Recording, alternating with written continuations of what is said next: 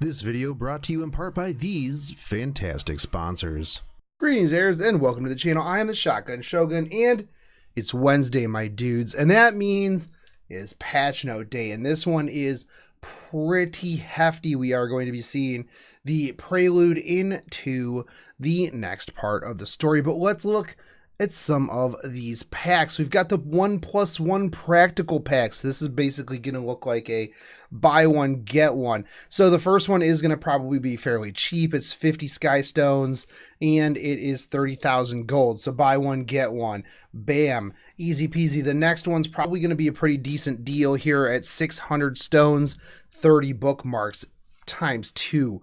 Another one, I'm going to pick up both of these most likely just because they're going to be pretty cheap. And the last time we had buy one, get ones, 1+1, quick maths, that was a pretty decent deal. So those will be around. The next thing up is going to be the daily push, the 2x energy event. Now, one of the things that I think that they're maybe testing out with this is to see how some of you heirs feel about having that double XP, because I know that that is a large gripe amongst a lot of people, is that they don't have enough energy. So maybe this is a little bit of a test on that one to see how people feel about that. Feel it out.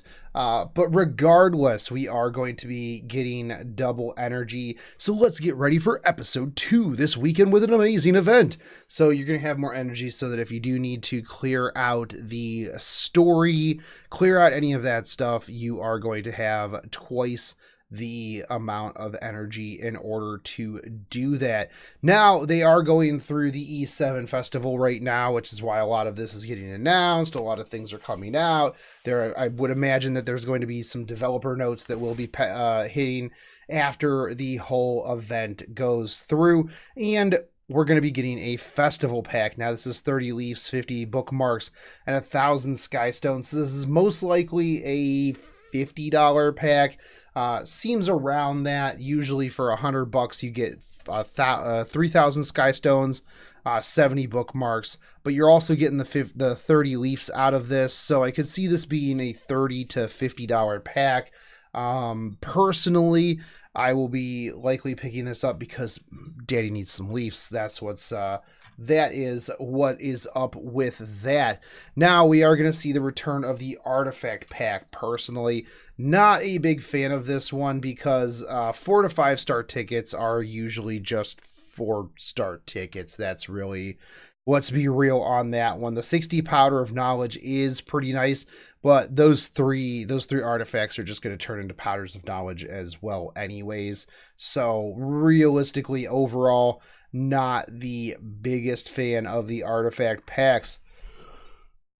Sorry about that. It is like literally first thing in the morning I am doing these. So let's get into the meat of this, and that is Luluca.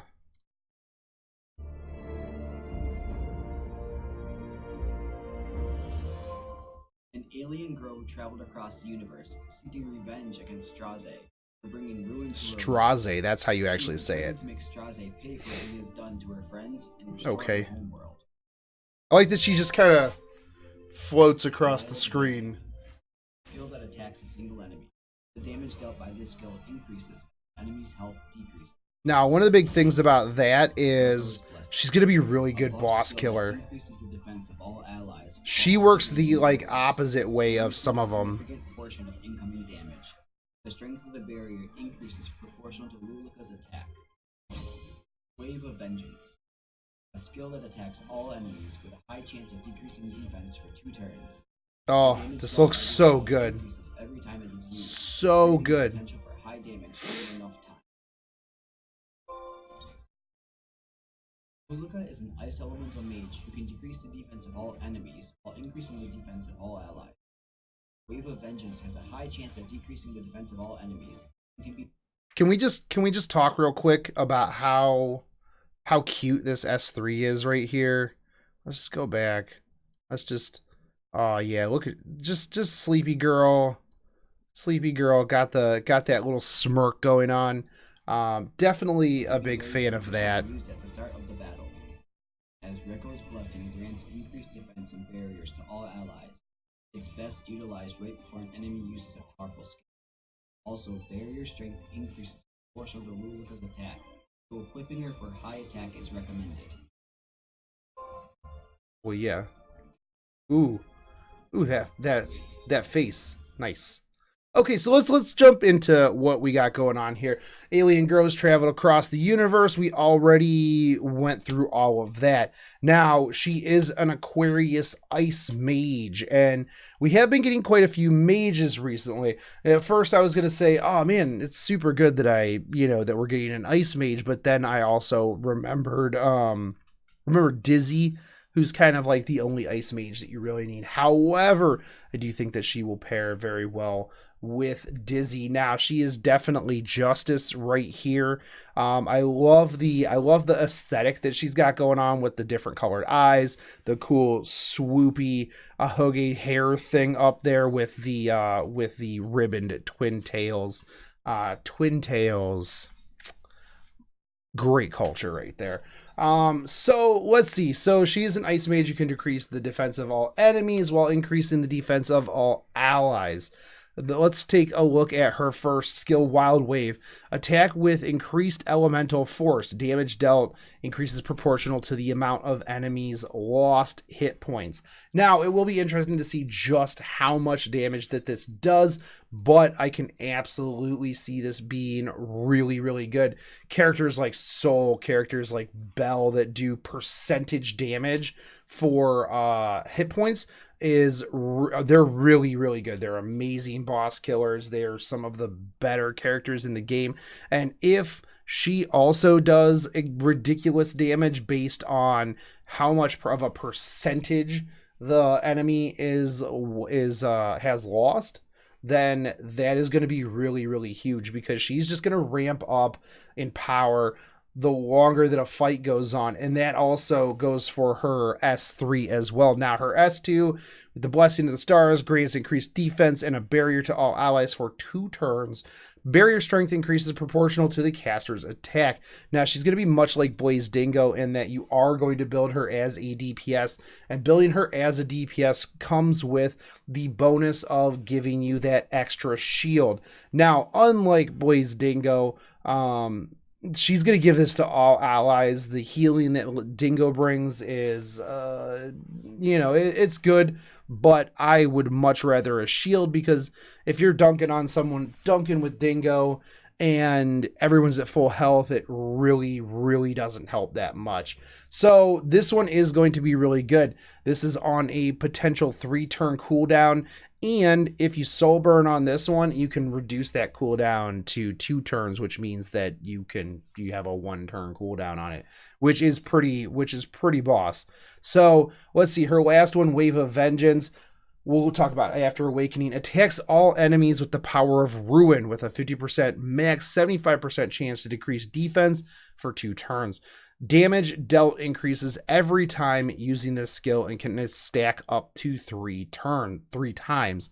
Now, this is on a 4-turn cooldown. So in order to get your max potential out of this, you are going to need to be going up against bosses that are going to take a little bit longer to kill. Now, I could see this being beneficial on, say, like a Wyvern or like Hell Caracanis or Arcanis, one of those bosses that's going to take you a little while to beat. Now, she's not going to be amazing like farming with this, and we'll see what the modifiers are when they come out. But overall, she's pretty much geared for bosses, because again, this isn't going to be amazing in PvP unless you are fighting like a super, super tanky stall team in order to fully maximize her third skill. Now, I could actually see that being a thing if you're up against like let's say a Tamara Angelica Idols cheer duo that literally just makes you want to commit unalive,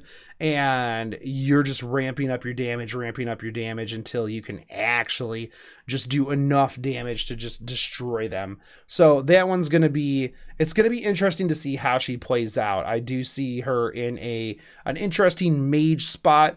If you put some artifacts, the artifact on her that increases damage based on them being debuffed, and then you run her with Dizzy, this could be a really, really good combo. So let's see what her artifact is. So her artifact, I actually don't think that her artifact is good for her at all. So I don't think that this is a good artifact for her in the slightest. So at level 1, this gives you a 50% chance to decrease skill cooldown by 1 turn when using a non-attack skill. Now this is mage exclusive.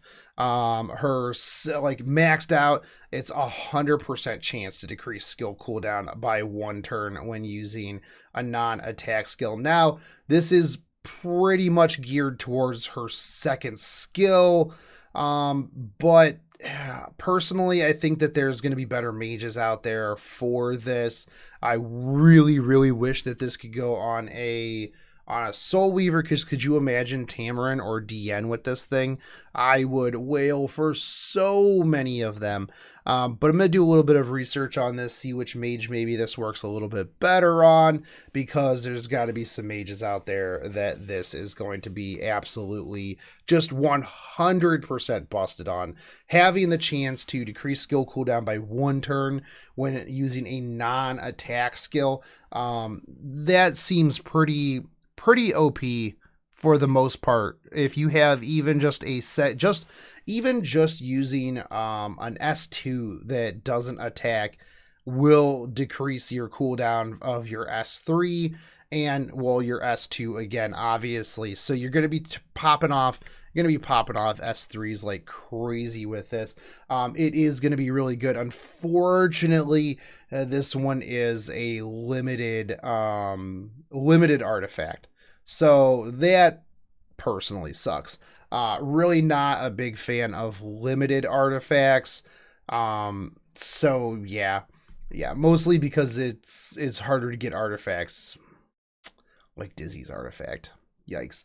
So she's going to have the rate up from the 5th through the 19th, meaning that the next part of the story is likely going to drop the 19th after this. We're going to have this Chosen Shaman side story that will lead us into the next part of the next episode. Hold up. And so you're going to have this. It's going to tell you everything that you need to know going into episode 2, God Killer, and that's kind of what I expected. Now it is going to be a silver transmute side story, which is what I like to call the side stories that are just they're a little bit light. You don't really have to do too much. You don't have an artifact that gives you an increased currency, but at the same time, it's also fairly easy to clear. You are going to get your frost runes. You're going to get fighters medals, which is actually pretty nice because I am super low on fighters medals, as well as Order of the Shield insignia.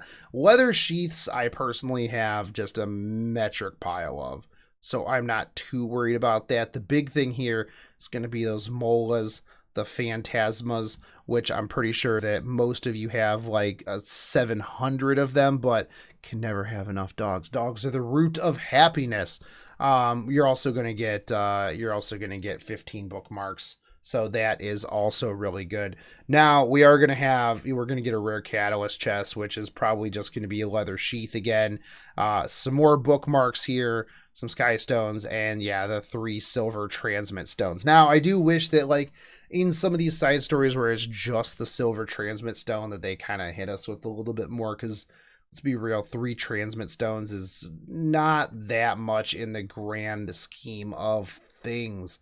So overall, other than that, what else did we get here? Spirits drop, update content. I thought there was some other stuff, but I think that's about it actually. We got the side story. We didn't get any sort of fixes or anything like that this time around. I'm hoping that they fixed sorting, because sorting was busted and it was literally the worst thing, like the worst thing ever. It was pretty brutal. So there you have it, heirs. Luluca is going to be pretty good.